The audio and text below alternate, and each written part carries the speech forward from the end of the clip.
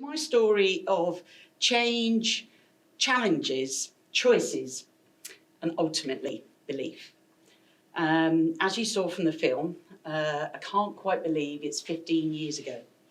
50, it sounds so long ago. Obviously, we've had other attacks since, terrorist attacks, but 15 years ago, I was on the way to work as an international marketing manager, and I stepped on a Circle Line tube and it changed my life forever. I was sat just 4 foot away from one of the suicide bombers that decided to hit London that morning. My family, this is still something I can't get my head around, but they searched for me for over 2 days, and they finally found me at the Royal London Hospital, completely unrecognisable. I'd lost both my legs above the knee. Apparently I'd lost 80% of my blood. I'd been resuscitated several times and was in a deep coma.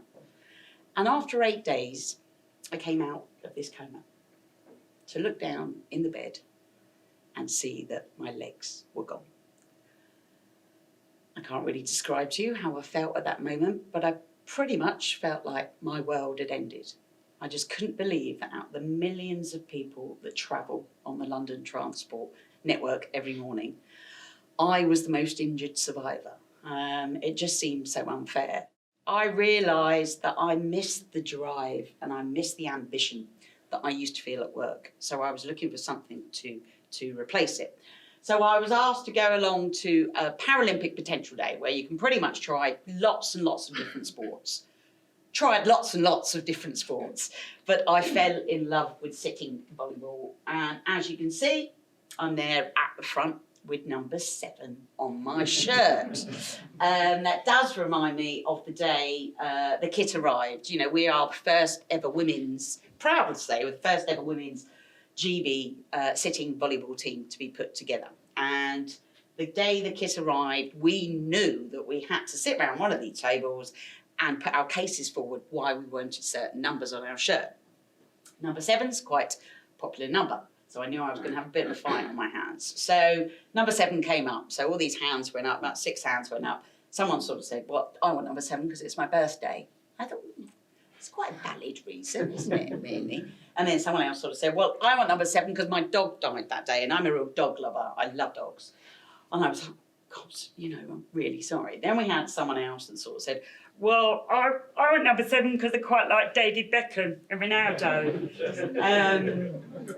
And then I sort of said, well, I want number 7 because I got blown up that day. And they all went, take it, take it. I truly believe that I was always meant to make this journey.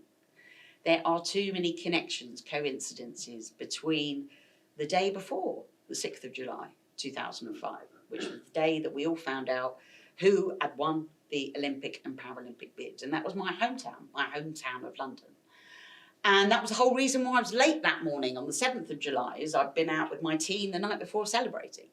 And I remember getting on that tube and picking up my paper and flicking through the paper on the morning of the 7th of July. And obviously you couldn't turn the newspaper page without reading something on the Paralympics and Olympics. And I remember thinking, literally seconds before the explosion happened, I remember thinking, I've got to get tickets to this. I've got to get tickets. This is going to be huge.